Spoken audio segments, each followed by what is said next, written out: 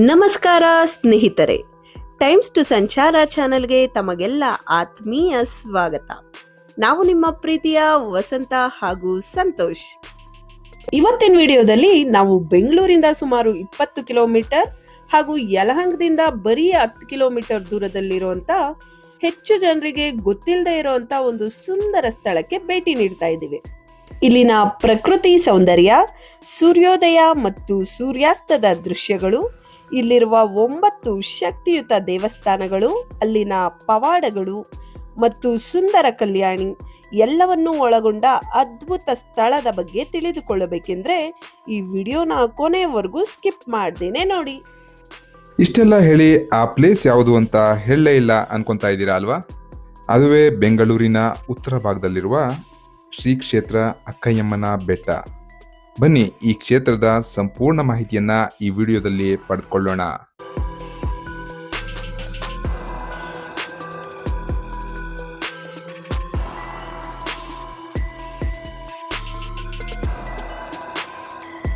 ಈ ಸಂತಾನ ಭಾಗ್ಯ ಆಗೋರು ಅಂತವರು 3 ವಾರ ಬಂದಿಲ್ಲಿ ಸ್ನಾನ ಮಾಡಿ ಅವರಿಗೆ ಅರಿಕೆ ಮಾಡ್ಕೊಂಡು ಹೋಗ್ತಾರೆ. ನಾನಾ ವಿಧವಾದಂಥ ಅರಿಕೆಗಳಿಗೆ ಇಲ್ಲಿ ಬಂದು ಅಮ್ಮನ ಪ್ರಾರ್ಥನೆ ಮಾಡ್ಕೊಂಡು ಹೋಗ್ತಾ ಇದ್ದಾರೆ. ಎಲ್ರಿಗೂ ಒಳ್ಳೇದಾಗಿದೆ. ಇದು ಸಪ್ತಮಾತೃಕೆ ದೇವಸ್ಥಾನ ಅಂತ 7 ಮಾತೆಗಳು ಇಲ್ಲಿ ಬಂದು ನಿಲ್ಲಿಸಿದ್ದಾರೆ. ರಾಮಗಿ, ಮಾಹೇಶ್ವರಿ, ಕೌಮಾರಿ, ವೈಷ್ಣವಿ, ವಾರಾಹಿ, ಇಂದ್ರಾಣಿ, ಚಾಮುಂಡಿ ಅಂತ 7 ಜನ ಸಪ್ತಮಾತೃಕೆ ಈ ದೊಣೆಯಲ್ಲಿ ಸ್ನಾನ ಮಾಡಬೇಕು ಅಂದರೆ ಇದು ನಿಗೂಢ ಗಂಗಾ ಜನನಿ. ಈ ದೊಣೆಯಲ್ಲಿ ಈಶಾನ್ಯಕ್ಕೆ ಒಂದು ಸುರಂಗ ಹೋಗಿದೆ.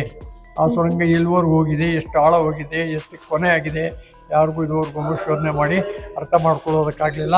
ಒಂದು ಪೈಪು ಏನಾದರೂ ಬಿಟ್ಟರೆ 1000 ಮೀಟ್ರ್ ಗಟ್ಟರೆ ಬಿಟ್ಟರು ಹೋಗ್ತಾ ಇರುತ್ತೆ ಪೈಪ್, ಅಷ್ಟೇ ಹೊರತು ಅದರ ಕೊನೆ ಅಥವಾ ತಳ ಬುಡ ಏನೂ ಸಿಗ್ತಾ ಇಲ್ಲ. ನಮ್ಮ ಮನೆಯವ್ರಿಗೆ, ನಮ್ಮ ಅತ್ತೆಗೆ ಮಕ್ಕಳಿಲ್ದಾಗ ಅರ್ಕೆ ಮಾಡ್ಕೊಂಡಿದ್ರು. ಅವ್ರು ಅರ್ಕೆ ಮಾಡ್ಕೊಂಡ್ಮೇಲೆ ನಮ್ಮ ಮನೆಯವ್ರು ಹುಟ್ಟಿದ್ದು. ಅವ್ರು ನನಗೂ ಮದುವೆ ಆದಮೇಲೆ 4 ವರ್ಷ ಇರಲಿಲ್ಲ. ಇಲ್ಲಿ ಬಂದು ಹೋದ್ಮೇಲೆ ನನಗೂ ಆಯಿತು.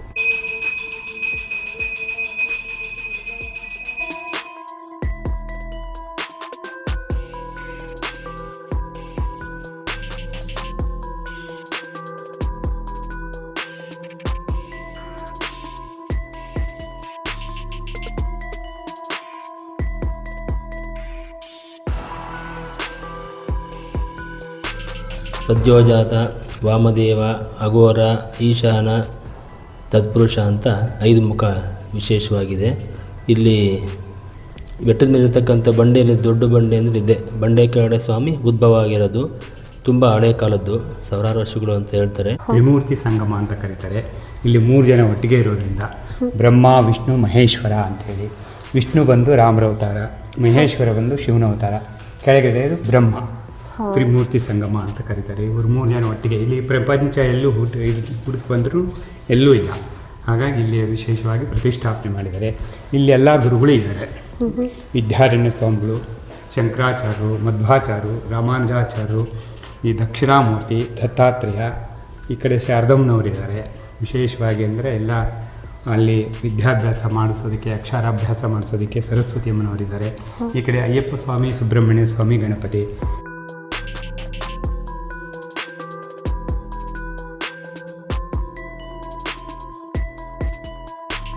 ಶಕ್ತಿಪೀಠ ಅಂತ ಕರೀತಾರೆ, ಶ್ರೀಚಕ್ರ ಅಂತ. ನಾವು ಏನೇ ಕೋರಿಕೆ ಕೊಂಡ್ರೂ ಅಮ್ಮನವ್ರ ಮುಖಾಂತರ ನಮ್ಗೆ ಅದು ಸಿಗುತ್ತೆ ಅನ್ನೋದು ಅವಾಗಿಂದ ಬಂದಿರತಕ್ಕಂಥ ನಂಬಿಕೆ. ಬೆಟ್ಟ ಹತ್ತಿದ ನಂತರ ಇಲ್ಲಿನ ಪ್ರಸಿದ್ಧ ಅಕ್ಕಯ್ಯಮ್ಮ ಮತ್ತು ಮುನೇಶ್ವರ ಸ್ವಾಮಿಯ ದರ್ಶನಕ್ಕೂ ಮೊದಲು ಇಲ್ಲಿ ಒಂದು ನಿಗೂಢ ಮತ್ತು ವಿಸ್ಮಯಕಾರಿ ಕೊಳವನ್ನು ನಾವಿಲ್ಲಿ ಕಾಣಬಹುದು. ಈ ಕೊಳವನ್ನು ನಿಗೂಢ ಗಂಗಾ ಜನನಿ ಅಂತಲೂ ಕರೆಯಲಾಗುತ್ತದೆ. ಇಲ್ಲಿಗೆ ಬರುವ ಭಕ್ತರು ಅಮ್ಮನವರ ದರ್ಶನಕ್ಕೂ ಮೊದಲು ಈ ಕೊಳದಲ್ಲಿ 3 ಬಾರಿ ಮುಳುಗಿ ಅಥವಾ ಈ ಕೊಳದ ನೀರನ್ನು ತಲೆಯ ಮೇಲೆ ಪ್ರೋಕ್ಷಣೆ ಮಾಡಿಕೊಂಡು ನಂತರ ದರ್ಶನಕ್ಕೆ ತೆರಳುತ್ತಾರೆ. ಬನ್ನಿ ಈ ಕಲ್ಯಾಣಿ ಮತ್ತು ಇಲ್ಲಿ ನೆಲೆ ನಿಂತಿರುವ ಶ್ರೀ ಅಕ್ಕಯ್ಯಮ್ಮ ಸಹಿತ ಸಪ್ತಮಾತೃಕೆಯರ ಬಗೆಗಿನ ಸಂಪೂರ್ಣ ಮಾಹಿತಿಯನ್ನು ಇಲ್ಲಿನ ಪ್ರಧಾನ ಅರ್ಚಕರಿಂದ ಪಡೆದುಕೊಳ್ಳೋಣ. ತಮ್ಮ ಹೆಸರು ಸ್ವಾಮಿಗಳೇ? ಚಂದ್ರಶೇಖರ ಶಾಸ್ತ್ರಿ, ಅಕ್ಕಯ್ಯಮ್ಮನ ಪ್ರಧಾನ ಅರ್ಚಕರು ಅಂತ ಹೇಳಿ. 1976ನೇ ವರ್ಷದಲ್ಲಿ ಈ ದೇವಸ್ಥಾನದಲ್ಲಿ ಪೂಜೆ ಮಾಡೋದಕ್ಕೆ ಶುರು ಮಾಡಿದ್ದು. ಏನು ಇದುವರೆಗೂ ನಡೆಸ್ಕೊಂಡು ಬರ್ತಾ ಇದ್ದೀನಿ. ಎಲ್ಲ ಅಕ್ಕಯ್ಯಮ್ಮ ಮನೇಶ್ವರನ ಒಂದು ಅನುಗ್ರಹನ ಅಂತ ಹೇಳ್ಬೋದು. ಬರ್ತಾ ಇದ್ದೀನಿ ಮೇಡಮ್. ಇಲ್ಲಿ ವಿಶೇಷವಾಗಿ ಸುಮಾರು ಭಕ್ತಾದಿಗಳೆಲ್ಲ ಅವರ ಹಲವಾರು ಕೋರಿಕೆಗಳಿಗೆಲ್ಲ ಬರ್ತಾರೆ. ಬಂದು ಈ ದೇವಸ್ಥಾನದಲ್ಲೇ ಮತ್ತೆ ಈ ಅಕ್ಕಯ್ಯಮ್ಮ ದೇವಸ್ಥಾನದ ಎದುರಿನಲ್ಲಿ ಮುನೇಶ್ವರ ಸ್ವಾಮಿ ದೇವಸ್ಥಾನ ಅಂತಿದೆ. ಈ ಎರಡು ದೇವಸ್ಥಾನಕ್ಕೂ ಮಧ್ಯದಲ್ಲಿ ಒಂದು ದೊಣೆ ಅಥವಾ ಕೊಳ ಅಂತ ಹೇಳಿ ಒಂದು ನೀರು ಸ್ನಾನ ಮಾಡೋದಕ್ಕೋಸ್ಕರ ಚೆನ್ನಾಗಿದೆ. ಈ ನೀರಿನಲ್ಲಿ ಸ್ನಾನ ಮಾಡಿ ಅವರು ಏನೇ ಹರಕೆ ಮಾಡಿಕೊಂಡು ಮುನೇಶ್ವರ ಅಕ್ಕಯ್ಯನ ಹತ್ರ ಪ್ರಾರ್ಥನೆ ಮಾಡ್ಕೊಂಡು ಹೋದರೆ ಅದು ಅವರಿಗೆ ಶೀಘ್ರದಲ್ಲೇ ಸಿದ್ಧಿಸುತ್ತೆ ಅಂತ ಹೇಳಿಬಿಟ್ಟು ಜನಗಳಿಗೆ ತುಂಬ ಬಲವಾದ ನಂಬಿಕೆ ಇದೆ. ಅದೇ ಪ್ರಕಾರವಾಗಿ ಎಲ್ರಿಗೂ ಅನುಕೂಲನೂ ಆಗ್ತಾಯಿದೆ. ಯಾಕೆ ಈ ದೊಣೆಯಲ್ಲಿ ಸ್ನಾನ ಮಾಡಬೇಕು ಅಂದರೆ ಇದು ನಿಗೂಢ ಗಂಗಾ ಜನನಿ. ಈ ದೊಣೆಯಲ್ಲಿ ಈಶಾನ್ಯಕ್ಕೆ ಒಂದು ಸುರಂಗ ಹೋಗಿದೆ. ಆ ಸುರಂಗ ಎಲ್ಲಿವರೆಗೂ ಹೋಗಿದೆ, ಎಷ್ಟು ಆಳ ಹೋಗಿದೆ, ಎಷ್ಟು ಕೊನೆ ಆಗಿದೆ, ಯಾರಿಗೂ ಇದುವರೆಗೂ ಶೋಧನೆ ಮಾಡಿ ಅರ್ಥ ಮಾಡ್ಕೊಳ್ಳೋದಕ್ಕಾಗಲಿಲ್ಲ. ಒಂದು ಪೈಪು ಏನಾದರೂ ಬಿಟ್ಟರೆ 1000 ಮೀಟ್ರ್ ಗಟ್ಟರೆ ಬಿಟ್ಟರು ಹೋಗ್ತಾ ಇರುತ್ತೆ ಪೈಪ್ ಅಷ್ಟೇ ಹೊರತು ಅದರ ಕೊನೆ ಅಥವಾ ತಳ ಬುಡ ಏನೂ ಸಿಗ್ತಾಯಿಲ್ಲ. ಎದುರು 24 ಗಂಟೆನೂ ಆ ಕಡೆಯಿಂದ ನೀರು ಒಂದು ನಲ್ಲಿ ಹತ್ರ ನೀರು ಬರ್ತಾ ಇರುತ್ತೆ ಕೊಳೋದಕ್ಕೆ. ಅದನ್ನು ನಿಗೂಢ ಗಂಗಾ ಜನನಿ ಅಂತ ಹೇಳ್ತಾರೆ. ಆ ನೀರಿನಲ್ಲಿ ವಿಶೇಷವಾದ ಒಂದು ಶಕ್ತಿ ಇರೋದರಿಂದ ಅವರ ಮನೋಕೋರಿಕೆಗಳು ಮೊದಲನೇದಾಗಿ ಮಕ್ಕಳ ಫಲದವ್ರು ಬರ್ತಾರೆ.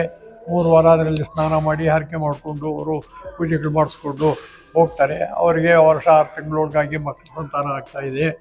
ಮದುವೆ ಆಗದೇ ಇರೋರು, ಕಲ್ಯಾಣ ತಡವಾಗಿ ಅಥವಾ ಏನು ವಿಘ್ನಗಳಿಂದ ಆಗದೇ ಇರೋರು 1-3 ವಾರ ಹರಕೆ ಮಾಡಿಕೊಂಡು ಸ್ನಾನ ಮಾಡಿಕೊಂಡು ಹೋಗ್ತಾರೆ. ಅವ್ರಿಗೂ ವಿವಾಹ ಒಳ್ಳೆಯ ಜಾಗದಲ್ಲಿ ಬೇಗನೆ ಆಗುತ್ತೆ. ಆಮೇಲೆ ಎಪ್ಪಿಡೆ ಪಿಶಾಚಿ ವಗೇರೆ ಇಂಥದಕ್ಕೆಲ್ಲ ಬರ್ತಾರೆ.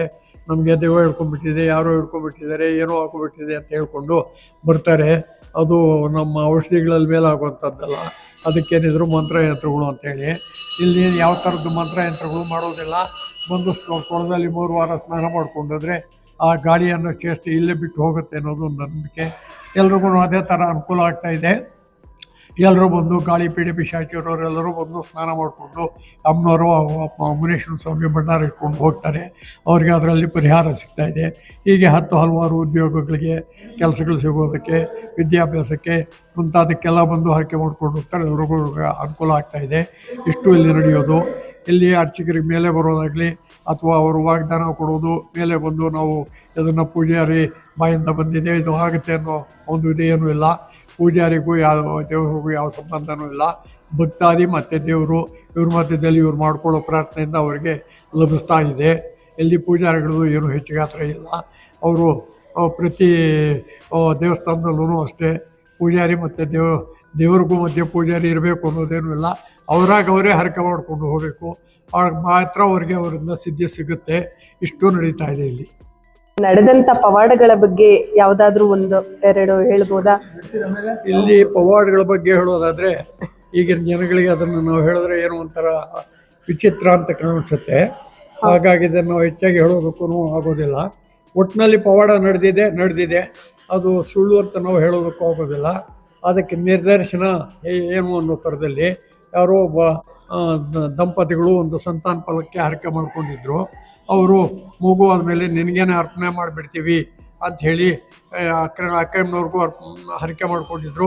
ಆ ಕಡೆ ಮುನೇಶ್ವರ ದೇವಸ್ಥಾನಕ್ಕೆ ಒಂದು ಕೋಳಿನೂ ಕೊಡ್ತೀನಿ ಅಂತ ಹರಕೆ ಮಾಡ್ಕೊಂಡಿದ್ರು. ಅದೇ ಪ್ರಕಾರ ಅವ್ರ ಮಗು ಆದಮೇಲೆ ಆ ಮಗು ಅಂತ ಕರ್ಕೊಂಡು ಬಂದು 3ನೇ ತಿಂಗಳಲ್ಲಿ ಆ ಮಗುಗೆ ಸ್ನಾನ ಗಿನ ಎಲ್ಲ ಮಾಡಿಸಿ ಬಟ್ಟೆ ಹಾಕಿ ಆಮೇಲೆ ಆ ದೇವಸ್ಥಾನ 2 ದೇವಸ್ಥಾನದಲ್ಲೂ ಪೂಜೆಗಳು ಮಾಡಿಸಿ ಆ ಮಗನ ತೊಟ್ಲಲ್ಲಿ ಮಲಗಿಸ್ಬಿಟ್ಟು ಅಮ್ಮ ನಿನಗೆ ಅರ್ಪಣೆ ಮಾಡ್ತಾಯಿದ್ದೀವಿ ಅಂಥೇಳಿ ಮುನೇಶ್ವರನಿಗೂ ಕೋಳಿನ ನೀವು ಇಳಿಸ್ಬಿಟ್ಟು ಆ ತೊಟ್ಲಕ್ಕೆ ಕಟ್ಬಿಟ್ಟು ತೊಟ್ಲಲ್ಲಿ ಬಿಟ್ಟು ಹೊರಟೋಗ್ತಾರೆ. ಸಾಯಂಕಾಲ ಹೋಗಿ ನೋಡೋಷ್ಟೊತ್ತಿಗೆ ಬೆಟ್ಟದ ಕಡೆ ಉತ್ತರದಲ್ಲಿ ಒಂದು ಕೆರೆ ಇದೆ. ಆ ಕೆರೆಯಲ್ಲಿ ಒಂದು ತೊಟ್ಲು ಬಾವಿ ಅಂತಿದೆ. ಅದಕ್ಕೆ ಮೊದಲು ತೊಟ್ಲು ಬಾವಿ ಅಂತ ಹೆಸರಿರಲಿಲ್ಲ, ಕಲ್ಯಾಣಿ ಅಂತಿತ್ತು. ಆ ಕಲ್ಯಾಣಿಯಲ್ಲಿ ಮಗು ತೇಲ್ತಾ ಇತ್ತು ಅನ್ನೋ ಯಾರೋ ನೋಡಿದ್ದಾರೆ. ಕೋಳಿ ಕೂಗ್ತಾ ಇದ್ದಿದ್ದು ನೋಡಿ ಇದೇನು ಇಷ್ಟೊತ್ತು ನೋಡಿ ಕೋಳಿ ಕೊಕ್ಕ ಅಂತ ಇದೆಯಲ್ಲ ಅಂತ ಹೋಗಿ ನೋಡೋಷ್ಟೊತ್ತಿಗೆ ತೊಟ್ಲಿಗೆ ಒಂದು ಮಗು ಕಟ್ಟಿದ್ದು ಗೋಚರಕ್ಕೆ ಬರುತ್ತೆ. ಆಮೇಲೆ ಮಗು ಅಂತಂದು ಯಾರೋ ಸಾಕೊಂಡು ಏನೋ ಮಾಡಿದ್ರು. ಆಮೇಲೆ ಕೆಲವು ದಿನ ಆದಮೇಲೆ ಅವ್ರು ಬಂದು ಮಗು ಏನಾಗಿದೆ ಅಂತ ನೋಡೋದು ಬಂದಾಗ ಈ ಥರ ಆಗಿತ್ತು ಅಂತ ಹೇಳೋದನ್ನು ಆ ಮಗುನ ಅವ್ರು ತಗೊಂಡೋಗಿ ಸಾಕೊಂಡ್ರು ಅಂತ ಹೇಳಿ ಒಂದು ಹೇಳ್ತಾಯಿದ್ರು ಹಿರಿಯರು. ಅದು ಇರ್ಬೋದು. ಇಂಥ ಹಲವಾರು ಪವಾಡಗಳು ನಡೆದಿದೆ. ಆದರೆ ಭಕ್ತಾದಿಗಳು ಬರ್ತಾರೆ, ಅವರು ಯಾತಕ್ಕೆ ಬಂದಿದ್ದಾರೆ ಅನ್ನೋದು ಅರ್ಚಕರಿಗೆ ಗೊತ್ತಾಗೋದಿಲ್ಲ. ಅವರು ಸ್ನಾನ ಮಾಡ್ತಾರೆ, ಪೂಜೆ ಮಾಡಿಸ್ಕೊಳ್ತಾರೆ, ಹೋಗ್ತಾರೆ.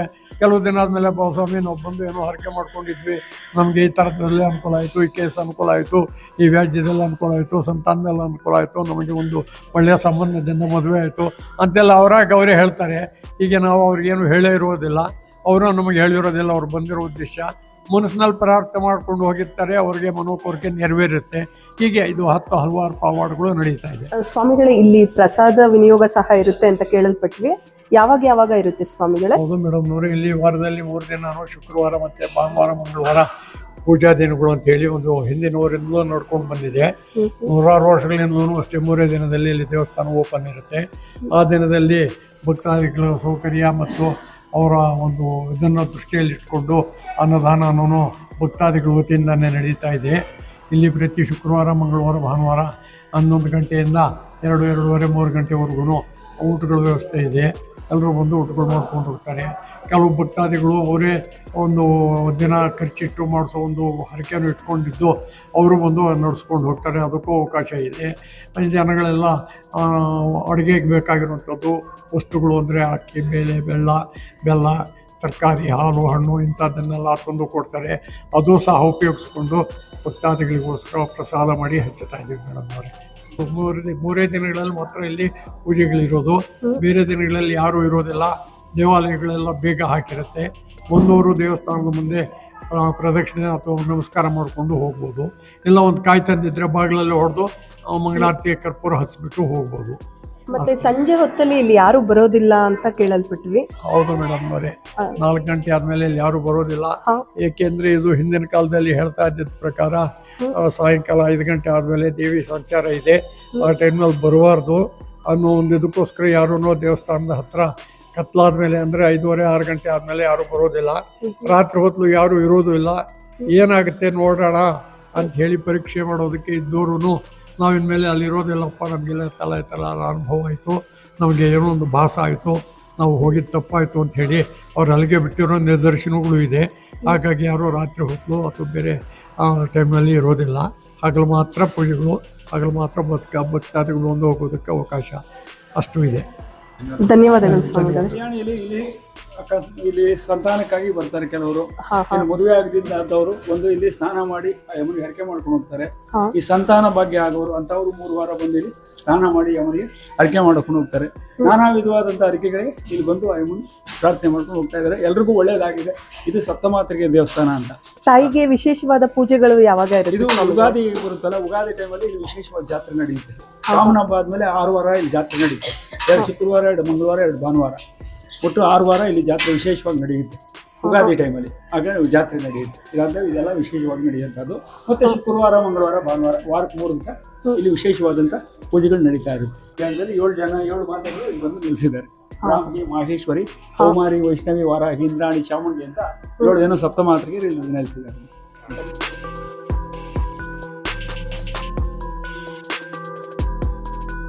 ನಾವು ಕೂಡ ಇಲ್ಲಿನ ಕೊಳದಲ್ಲಿ 3 ಬಾರಿ ಮುಳುಗಿ ಅಮ್ಮನವರ ಮತ್ತು ಶ್ರೀ ಮುನೇಶ್ವರ ಸ್ವಾಮಿಯ ದರ್ಶನ ಪಡೆದುಕೊಂಡು ಬೆಟ್ಟದ ಮೇಲಿರುವ ಉಳಿದ ದೇವಾಲಯಗಳ ದರ್ಶನ ಪಡೆಯಲು ಇಲ್ಲಿಂದ ಹೊರಡ್ತಾ ಇದ್ದೀವಿ.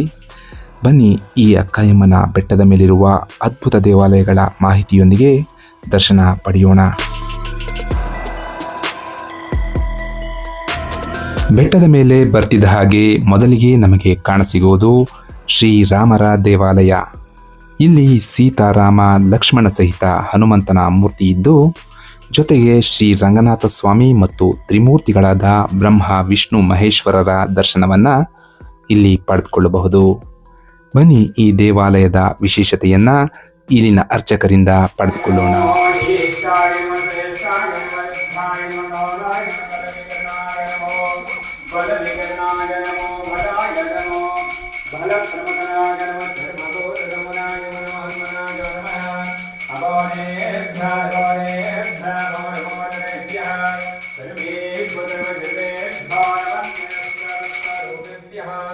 ಕರ್ಪೂರ ನೀರಾಜನಂ ದರ್ಶಯಾಮಿ, ನೀರಾಜನಂ ಸಮರ್ಪಯಾಮಿ. ನಮಸ್ಕಾರ ಸ್ವಾಮಿಗಳೇ. ನಮಸ್ಕಾರಮ್ಮ.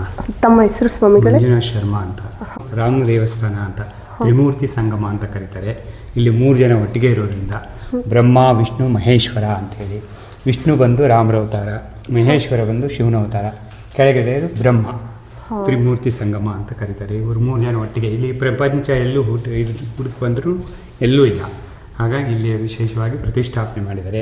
ಇಲ್ಲಿ ಎಲ್ಲ ಗುರುಗಳು ಇದ್ದಾರೆ. ವಿದ್ಯಾರಣ್ಯ ಸ್ವಾಮಿಗಳು, ಶಂಕರಾಚಾರ್ಯರು, ಮಧ್ವಾಚಾರ್ಯರು, ರಾಮಾನುಜಾಚಾರ್ಯರು, ಈ ದಕ್ಷಿಣಾಮೂರ್ತಿ, ದತ್ತಾತ್ರೇಯ, ಈ ಕಡೆ ಶಾರದಮ್ಮನವರಿದ್ದಾರೆ. ವಿಶೇಷವಾಗಿ ಅಂದರೆ ಎಲ್ಲ ಅಲ್ಲಿ ವಿದ್ಯಾಭ್ಯಾಸ ಮಾಡಿಸೋದಕ್ಕೆ, ಅಕ್ಷರಾಭ್ಯಾಸ ಮಾಡಿಸೋದಕ್ಕೆ ಸರಸ್ವತಿ ಅಮ್ಮನವರಿದ್ದಾರೆ. ಈ ಕಡೆ ಅಯ್ಯಪ್ಪ ಸ್ವಾಮಿ, ಸುಬ್ರಹ್ಮಣ್ಯ ಸ್ವಾಮಿ, ಗಣಪತಿ, ಹೀಗಾಗಿ ಎಲ್ಲರೂ ಒಟ್ಟಿಗೆ ಇಲ್ಲೇ ಇರೋದ್ರಿಂದ ಬೇರೆ ಎಲ್ಲೂ ಹೋಗೋಕ್ಕೆ ಅವಕಾಶ ಇಲ್ಲ. ಇಲ್ಲಿ ಬಂದು ನೋಡ್ಕೊಂಡು ಹೋಗ್ಬಿಟ್ರೆ ಎಲ್ಲ ನೋಡ್ದಂಗೆ ಆಗುತ್ತೆ ಅಂದ್ಬಿಟ್ಟು ಇಲ್ಲಿ ಗುರುಗಳು ಹಂಪಿ ವಿದ್ಯಾರಣ್ಯ ಪೀಠಾಧಿಪತಿಗಳು ಅವರು ಎಲ್ಲ ಪ್ರತಿಷ್ಠಾಪನೆ ಮಾಡಿರೋದು. ಇಲ್ಲಿ ವಿಶೇಷ ಅಂದರೆ ದಿನನಿತ್ಯನೂ ಪೂಜೆ ಇರುತ್ತೆ. ಇಲ್ಲಿ ಇದು ಮಾತ್ರ ಪ್ರತಿನಿತ್ಯನೂ ಪೂಜೆ ಇರುತ್ತೆ. ಯಾವಾಗಾದರೂ ಬಂದು ದರ್ಶನ ಮಾಡ್ಕೊಂಡು ಅಂದ್ರೆ ಪ್ರತಿನಿತ್ಯ ತೆಗ್ದಿರುತ್ತೆ ದೇವಸ್ಥಾನ. ಈ ದೇವಸ್ಥಾನ ಅಮ್ಮನವ್ರ ದೇವಸ್ಥಾನ ಒಂದಿದೆ, ಅವೆರಡು ಮಾತ್ರ ಪ್ರತಿನಿತ್ಯ ಪೂಜೆ ಇರುತ್ತೆ.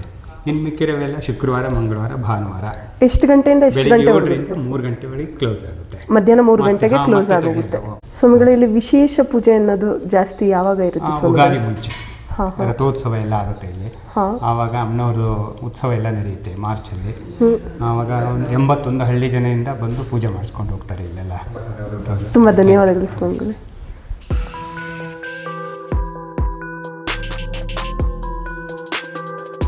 ಮಕ್ಕಳಿಗೆ ಮೊದಲ ಅಕ್ಷರಾಭ್ಯಾಸವನ್ನ ಶುರು ಮಾಡಿಸಲು ಶೃಂಗೇರಿಯ ಶಾರದಾಂಬೆಯ ಸನ್ನಿಧಿಗೆ ಹೋಗಲಾರದವರು ಇಲ್ಲಿ ಬಂದು ಅಕ್ಷರಾಭ್ಯಾಸವನ್ನ ಶುರು ಮಾಡಬಹುದು. ಇಲ್ಲಿ ಶಾರದಾಂಬೆಯ ಜೊತೆಗೆ ಗುರುಗಳಾದ ಶಂಕರಾಚಾರ್ಯರು, ಮಧ್ವಾಚಾರ್ಯರು, ರಾಮಾನುಜಾಚಾರ್ಯರು, ಶ್ರೀ ವಿದ್ಯಾರಣ್ಯರು, ಶ್ರೀ ದಕ್ಷಿಣಾಮೂರ್ತಿ, ಶ್ರೀ ದತ್ತಾತ್ರೇಯರು, ಶ್ರೀ ವಿದ್ಯಾಗಣಪತಿ ಇನ್ನೂ ಹಲವಾರು ದೇವರುಗಳನ್ನು ಒಂದೇ ದೇವಾಲಯದಲ್ಲಿ ಪ್ರತಿಷ್ಠಾಪಿಸಲಾಗಿದ್ದು ದರ್ಶನವನ್ನು ಪಡೆಯಬಹುದು. ನೀವೇನಾದರೂ ಬೆಟ್ಟದ ಮೇಲೆ ಬಂದರೆ ಮಿಸ್ ಮಾಡದೆ ಈ ವಿಶೇಷ ದೇವಾಲಯಕ್ಕೆ ಬಂದು ದರ್ಶನ ಪಡೆಯಿರಿ ಅಂತ ಹೇಳ್ತಾ ಮುಂದಿನ ದೇವಸ್ಥಾನಕ್ಕೆ ಹೊರಡ್ತಾ ಇದ್ದೀನಿ. ಬನ್ನಿ, ಮುಂದಿನ ದೇವಾಲಯ ಯಾವುದು ಅಂತ ನಿಮಗೆ ತಿಳಿಸ್ತೇನೆ. ಬ್ರಹ್ಮ, ವಿಷ್ಣು, ಮಹೇಶ್ವರ ಸಹಿತ ಶ್ರೀರಾಮರ ದೇವಾಲಯದ ದರ್ಶನದ ನಂತರ ನಮಗೆ ಮಹಾಮೇರು ಸಹಿತ ಶ್ರೀಚಕ್ರವಿರುವ ಶ್ರೀ ಭುವನೇಶ್ವರಿ ಅಮ್ಮನವರ ದೇವಾಲಯವು ಸಿಗುತ್ತದೆ. ಬನ್ನಿ, ಅಮ್ಮನ ದರ್ಶನ ಮಾಡ್ತಾ ಇಲ್ಲಿನ ವಿಶೇಷತೆಯ ಬಗ್ಗೆ ತಿಳಿದುಕೊಳ್ಳೋಣ.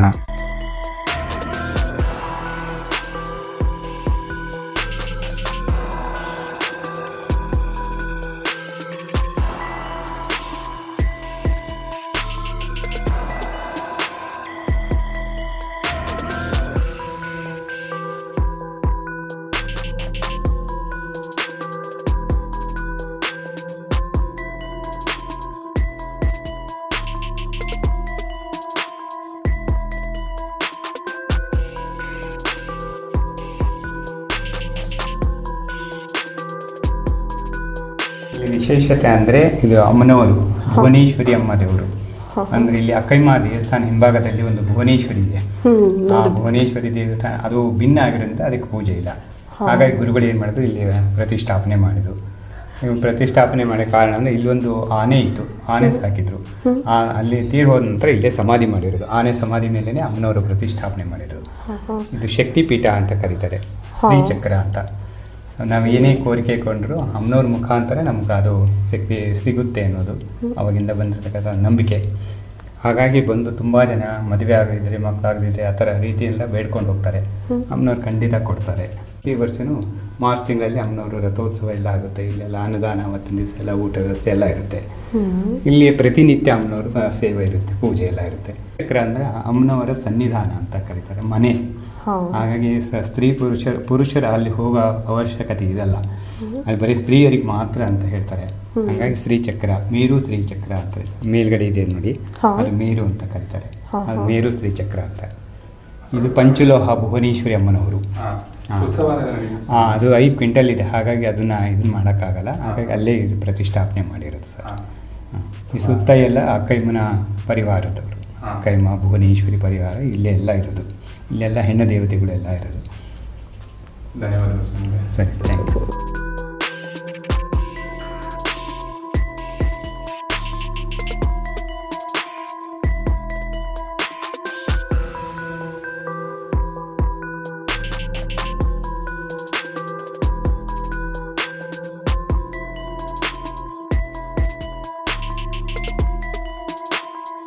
ಶ್ರೀಚಕ್ರ ಸಹಿತ ಶ್ರೀ ಭುವನೇಶ್ವರಿ ಅಮ್ಮನವರ ದರ್ಶನದ ನಂತರ ನಾವು ಹೊರಟಿದ್ದು ಉದ್ಭವಲಿಂಗ ಶ್ರೀ ಪಂಚಮುಖಿ ಭೀಮೇಶ್ವರ ಸ್ವಾಮಿಯ ದೇವಾಲಯಕ್ಕೆ. ಈ ದೇವಾಲಯದಲ್ಲಿ ಸ್ವಯಂಭೂ ಪಂಚಮುಖಿ ಭೀಮೇಶ್ವರ ಶಿವಲಿಂಗವು ಅಕ್ಕಯ್ಯಮ್ಮನ ಬೆಟ್ಟದ ಅತಿದೊಡ್ಡ ಬಂಡೆಯ ಕೆಳಗೆ ಉದ್ಭವಗೊಂಡಿದ್ದು, ಪಾಂಡವರು ಕೂಡ ಇಲ್ಲಿಗೆ ಬಂದು ಈ ಶಿವಲಿಂಗಕ್ಕೆ ಪೂಜೆ ಸಲ್ಲಿಸಿದ್ದರು ಅಂತ ಹೇಳಲಾಗುತ್ತದೆ. ಇನ್ನು ಈ ದೇವಾಲಯದ ಬಗೆಗಿನ ಹೆಚ್ಚಿನ ಮಾಹಿತಿಯನ್ನು ಇಲ್ಲಿನ ಅರ್ಚಕರಿಂದ ಪಡೆದುಕೊಳ್ಳೋಣ ಬನ್ನಿ.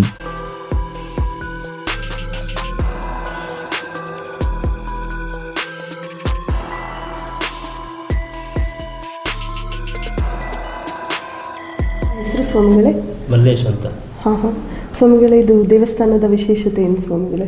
ಇದು ಉದ್ಭವ ಆಗಿರ್ತಕ್ಕಂಥ ಪಂಚಮುಖ ಭೀಮೇಶ್ವರ ಅಂತ. ಹೇಗಪ್ಪ ಅಂದರೆ ನೋಡಿ, ಇದು ಪೀಠ ಇಲ್ಲ, ಇದರ ಮೂಲೆ ಇದೆಯಲ್ಲ ಅದೇ ಮುಖ, 5 ಮುಖಗಳು. ಸಜ್ಜೋಜಾತ, ವಾಮದೇವ, ಅಘೋರ, ಈಶಾನ, ತತ್ಪುರುಷ ಅಂತ 5 ಮುಖ ವಿಶೇಷವಾಗಿದೆ. ಇಲ್ಲಿ ಬೆಟ್ಟದ ಮೇಲಿರ್ತಕ್ಕಂಥ ಬಂಡೆಯಲ್ಲಿ ದೊಡ್ಡ ಬಂಡೆ ಅಂದರೆ ಇದೆ. ಬಂಡೆ ಕೆಳಗಡೆ ಸ್ವಾಮಿ ಉದ್ಭವ ಆಗಿರೋದು. ತುಂಬ ಹಳೆಯ ಕಾಲದ್ದು, ಸಾವಿರಾರು ವರ್ಷಗಳು ಅಂತ ಹೇಳ್ತಾರೆ. ಅಕ್ಕಯಮ್ಮ ಶಿವ ಎಲ್ಲ ಒಟ್ಟಿಗೆ ಆಗಿದ್ದು. ಅದು ಸಪ್ತಮಾತೆಯರು ಅಷ್ಟೇ, ಅದಷ್ಟೇ ಮೂಲ ವಿಗ್ರಹ ಸಿಕ್ಕಿರೋದು. ಅದು ತದಾದ ನಂತರ ಇದು ಶಿವ ಸಿಕ್ಕಿರೋದು ಅಂತ ತುಂಬ ವಿಶೇಷವಾದದ್ದು. ಇಲ್ಲಿ ಕಾರ್ತಿಕ್ ಮಾಸದಲ್ಲಿ ಪ್ರತಿ ಸೋಮವಾರ ಅನುದಾನ ಅಭಿಷೇಕ ಅಲಂಕಾರ ಆಗುತ್ತೆ. ಮತ್ತು ಭೀಮನ ಅಮಾವಾಸ್ಯೆಯಲ್ಲಿ ವಿಶೇಷವಾಗಿ ಅಭಿಷೇಕ ಅಲಂಕಾರ ಅನುದಾನ ಇರುತ್ತೆ. ವಿಶೇಷ ಇನ್ನೊಂದೇನಪ್ಪ ಅಂದರೆ, ಇತ್ತೀಚೆಗೆ ಒಂದು 13 ವರ್ಷಗಳ ಹಿಂದಿನಿಂದ ರಥೋತ್ಸವ ಮಾಡ್ತಾಯಿದ್ದೀವಿ. ಶಿವರಾತ್ರಿ ಹಬ್ಬದ ದಿವಸ ಪೂಜೆ ಪುನಸ್ಕಾರ, ನೈಟೆಲ್ಲ ಜಾಗರಣೆ ಇರುತ್ತೆ, ಬೆಳಗ್ಗೆಗೆ ರಥೋತ್ಸವ ಇರುತ್ತೆ. ಇದು ವಿಶೇಷವಾಗಿರ್ತಕ್ಕಂಥದ್ದು. ಉದ್ಭವ ಪಂಚಮುಖಿ ಭೀಮೇಶ್ವರ ಅಂತ ತುಂಬ ಹಳೆಯ ಕಾಲದ್ದು. ನೋಡಿ, ಇದೆಲ್ಲ ಒಂದೇ ಬಂಡೆ ಇದೆಯಲ್ಲ, ಬಂಡೆ ಕೆಳಗಡೆ ಸ್ವಾಮಿ ಆಗಿರೋದು. ಎಲ್ಲ ಆಯಿತು ಹೆಂಗಾಯಿತು ಅಂತ ಯಾರಿಗೂ ಗೊತ್ತಿಲ್ಲ. ನಮ್ಮದು ಸುಮಾರು ಈಗ ನಮಗೆ ಗೊತ್ತಿರೋ ಥರ ನಮ್ಮ ತಾತ, ತಂದೆ, ನಾವು 3 ತಲೆಮಾರು. ಅದಕ್ಕಿಂತ ಹಿಂದೆ ಎಲ್ಲ ನಮ್ಮ ಫ್ಯಾಮಿಲಿನೇ ಪೂಜೆ ಮಾಡ್ತಾ ಇರೋದು. ವಿಶೇಷ ಏನಪ್ಪ ಅಂದರೆ, ಇದು ಉದ್ಭವ ಮೂರ್ತಿ ಇರುತ್ತೆ ಎಲ್ಲ ಕಡೆನೂ, 5 ಮುಖ ಇರಲ್ಲ. ಇಲ್ಲಿ ನೋಡಿ 5 ಮುಖ ಇರುತ್ತಲ್ಲ, ಅದೇ ಶಿವನ ವಿಶೇಷ. ಇದು ಅವ್ರ ಕಾಲದಲ್ಲಿ ಆಗಿರೋದು ಅಂತಾರೆ. ಪಾಂಡವರು ಕೌರವೆಲ್ಲ ಇದ್ರಂತೆ ಇಲ್ಲಿ, ಹಾಗಾಗಿರೋದು ಅಂತ ಹೇಳ್ತಾರೆ. ಯಾರಿಗೂ ಏನು ಗೊತ್ತಿಲ್ಲ. ತುಂಬ ಹಳೆ ಕಾಲ, ಸಾವಿರಾರು ವರ್ಷ ಆಗಿದೆ ಇದು. ಭೂಮಿಯಿಂದ ಆಗಿರೋದು ಭೀಮೇಶ್ವರ ಅಂತಾರೆ. ಮತ್ತು ಕೌರವರು ಪಾಂಡವರೆಲ್ಲ ಇದ್ರಂತೆ, ಅವರಿಗೆಲ್ಲ ಕಾಣಿಸ್ತಿತ್ತು ಅಂತ ಅವರು ಸ್ವಲ್ಪ ದಿವಸ ಇದ್ದರು. ಬಂಡೆ ಎಲ್ಲ ಅವ್ರಿಗೆ ಇಸಿತ್ತು ಅಂತ ಹೇಳ್ತಾರೆ. ನಿಜದ್ದು ಏನು ಅಂತ ಗೊತ್ತಿಲ್ಲ. ಇಲ್ಲಿ ಪ್ರತಿ ಶುಕ್ರವಾರ, ಮಂಗಳವಾರ ಮತ್ತು ಭಾನುವಾರ ಬೆಳಗ್ಗೆ 8 ಗಂಟೆಯಿಂದ ಮಧ್ಯಾಹ್ನ 2 ಗಂಟೆ 3 ಗಂಟೆ. ಮೊದಲು ಶುಕ್ರವಾರ ಮಂಗಳವಾರ ಅಷ್ಟೇ ಇರ್ತಿದ್ದು. ಇತ್ತೀಚೆಗೆ ಭಾನುವಾರ ಜನ ಬರ್ತಾರೆ, ಬೆಂಗಳೂರು ಜನ ಬರ್ತಾರೆ ಅಂತ ಓಪನ್ ಮಾಡಿದ್ದಾರೆ. ಒಳ್ಳೆಯ ಜಾಗ. ಸಪ್ತಮಾತೆಯರು ಅಕ್ಕಯ್ಯಮ್ಮ ಬೆಟ್ಟ ಅಂದರೆ ಒಳ್ಳೆಯ ಒಂದು ಹೆಸರಿರ್ತಕ್ಕಂಥದ್ದು. ಇಲ್ಲಿ ಮದುವೆ ಇಲ್ಲ, ಮಕ್ಕಳಿಲ್ಲ, ಮನೆ ಕಡೆ ಸಮಸ್ಯೆ, ಪ್ರತಿಯೊಂದು ಏನೇ ಇರಲಿ ಮನುಷ್ಯನಿಗೆ ಸಮಸ್ಯೆ, ಅಮ್ಮನವ್ರ ಹತ್ರ ಪ್ರಾರ್ಥನೆ ಮಾಡಿಕೊಂಡು ಆ ಕಲ್ಯಾಣಿಯಲ್ಲಿ ಇಷ್ಟು ವಾರ ಅಂತ ಮುಳುಗಬೇಕು. ಅದು ಪ್ರಾರ್ಥನೆ ಏನು ಮಾಡ್ತೀರೋ ಅದು ನೆರವೇರೋದಾದಮೇಲೆ ಅವ್ರ ಕೋರಿಕೆ ಬಂದು ತಾಯಿ ಹತ್ರ ತೀರಿಸಬೇಕು. ಅದು ಇಲ್ಲಿ ಬೆಟ್ಟದ ಮೇಲೆ ವಿಶೇಷ ಅಂದರೆ ಅದೇ. ನೀರಲ್ಲಿ ಅಷ್ಟು ಶಕ್ತಿ ಇದೆ. ಆ ನೀರು ಅಕ್ಕಯ್ಯಮ್ಮ ಈ ಕಡೆ ಇದೆ, ಸೆಂಟರ್ ಕಲ್ಯಾಣಿ, ಅದು ಎದುರುಗಡೆ ಮುನೇಶ್ವರ ಇದೆಯಲ್ಲ. ಇಷ್ಟು ವಾರ ಅಂತ ಮನಸ್ಸಲ್ಲಿ ಅರಕೆ ಮಾಡಿಕೊಂಡು ಅವ್ರ ಶಕ್ತಿ ಏನಾಗುತ್ತೋ, ಮಡ್ಲಕ್ಕಿ ಕೊಡೋದು ಅಥವಾ ಮಾಂಗಲ್ಯ ಕೊಡೋದು, ಅನ್ನದಾನ ಮಾಡೋದು, ಏನೋ ಒಂದು ಅವರ ಶಕ್ತಿ ಇರುತ್ತೋ ಅದನ್ನು ಮನಸ್ಸಲ್ಲಿ ಇಟ್ಕೊಂಡು ಅವ್ರ ಕೆಲಸಗಳಾದಮೇಲೆ ಅಮ್ಮನವರಿಗೆ ಅದೆಲ್ಲ ಒಪ್ಪಿಸ್ಬೇಕು. ಅದು ಪದ್ಧತಿ.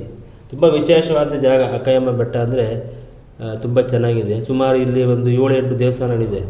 ಅಕ್ಕಯ್ಯಮ್ಮ, ಮುನೇಶ್ವರ, ನವಗ್ರಹ, ಇಲ್ಲಿ ರಾಮೂರು ದೇವಸ್ಥಾನ, ಮತ್ತು ಇಲ್ಲಿ ಶಿವನ ದೇವಸ್ಥಾನ, ಆ ಕಡೆ ಭುವನೇಶ್ವರಿ. ಇನ್ನು ಸ್ವಲ್ಪ ಕೆಳಗಡೆ ಹೋದರೆ ಆಂಜನೇಯ ಇದೆ, ಮತ್ತು ಲಕ್ಷ್ಮೀ ವೆಂಕಟೇಶ್ವರ, ಶ್ರೀದೇವಿ ಭೂದೇವಿ ಸಮೇತ ಕೈವಾರ ತಾತ ಇರುವ ದೇವಸ್ಥಾನ. ಈ ಮೆಟ್ಲಿಂದ ಈ ಕಡೆಗೆ ಹೋದರೆ ಕಾಳಿಕಾಂಬ ದೇವಸ್ಥಾನ ಇದೆ. ಸುಮಾರು ದೇವಸ್ಥಾನ ಇದೆ. ಈ ಉತ್ತರಹಳ್ಳಿಯಲ್ಲಿ ಅಂತ ಹಳ್ಳಿಯಲ್ಲಿ ಸುಮಾರು ಈ ಬೆಟ್ಟದ ಮೇಲೇ ಒಂದು 7-8 ಇದ್ದಾವೆ. ಇದು ದೇವಸ್ಥಾನಗಳಿಗೆ ಒಳ್ಳೆಯ ಕ್ಷೇತ್ರ ಅಕ್ಕಯ್ಯಮ್ಮ ಬೆಟ್ಟ ಅಂತ.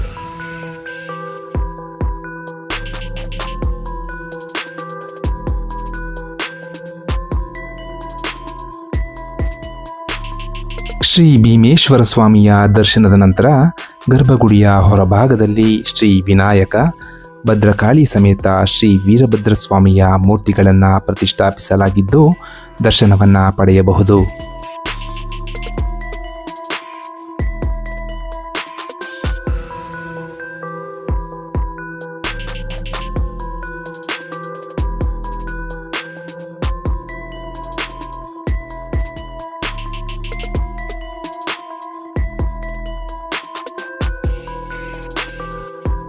ನೀವೇನಾದರೂ ಅಕ್ಕಯ್ಯಮ್ಮ ಬೆಟ್ಟಕ್ಕೆ ಬರ್ತಾ ಇದ್ದೀರಾ ಅಂದರೆ ತಪ್ಪದೇ ದರ್ಶನ ಪಡೆಯಬೇಕಾದ ಸ್ಥಳ ಈ ಉದ್ಭವ ಭೀಮೇಶ್ವರ ಸ್ವಾಮಿಯ ದೇವಸ್ಥಾನ.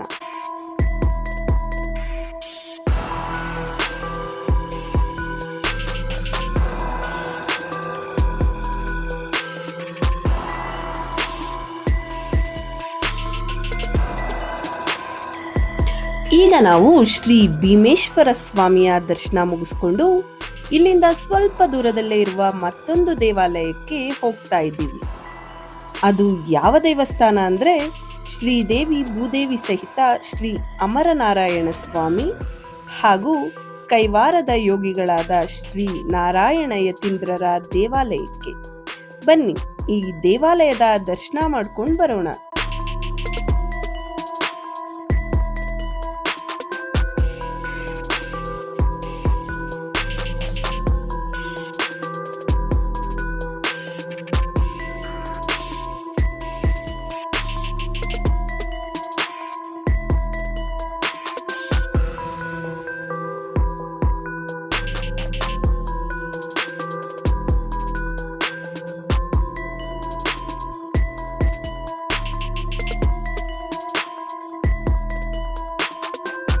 ದೇವಾಲಯದ ಒಳಗೆ ಪ್ರವೇಶ ಮಾಡ್ತಿದ್ದ ಹಾಗೆ ಶ್ರೀದೇವಿ ಭೂದೇವಿ ಸಹಿತ ಶ್ರೀ ಅಮರನಾರಾಯಣ ಸ್ವಾಮಿಯ ಭವ್ಯ ಮೂರ್ತಿಯನ್ನ ಕಾಣಬಹುದು.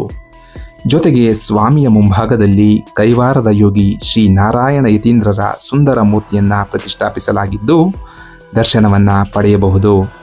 ಜೊತೆಗೆ ಈ ದೇವಸ್ಥಾನದಲ್ಲಿ ಪಂಚಮುಖಿ ವಿಘ್ನೇಶ್ವರ ಮತ್ತು ಶ್ರೀ ಷಣ್ಮುಖ ಸ್ವಾಮಿಯ ವಿಗ್ರಹಗಳನ್ನು ಸಹ ಪ್ರತಿಷ್ಠಾಪಿಸಲಾಗಿದೆ. ಈ ದೇವಾಲಯವು ಬೆಳಗ್ಗೆ 7 ಗಂಟೆಯಿಂದ ಮಧ್ಯಾಹ್ನ 2 ಗಂಟೆಗಳವರೆಗೆ ದರ್ಶನಕ್ಕೆ ಲಭ್ಯವಿರುತ್ತದೆ.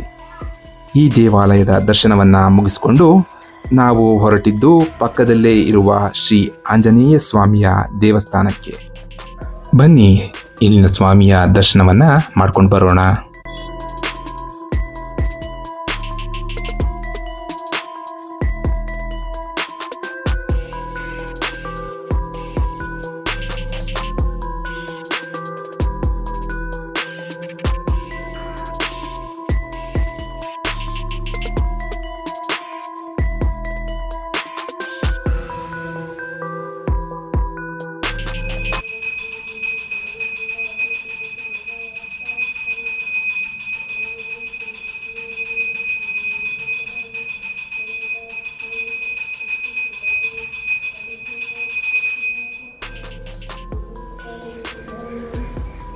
ಈ ದೇವಾಲಯವು ಕೂಡ ಬೆಳಗ್ಗೆ 7 ಗಂಟೆಯಿಂದ ಮಧ್ಯಾಹ್ನ 2 ಗಂಟೆಯವರೆಗೆ ದರ್ಶನಕ್ಕೆ ಲಭ್ಯವಿರುತ್ತದೆ.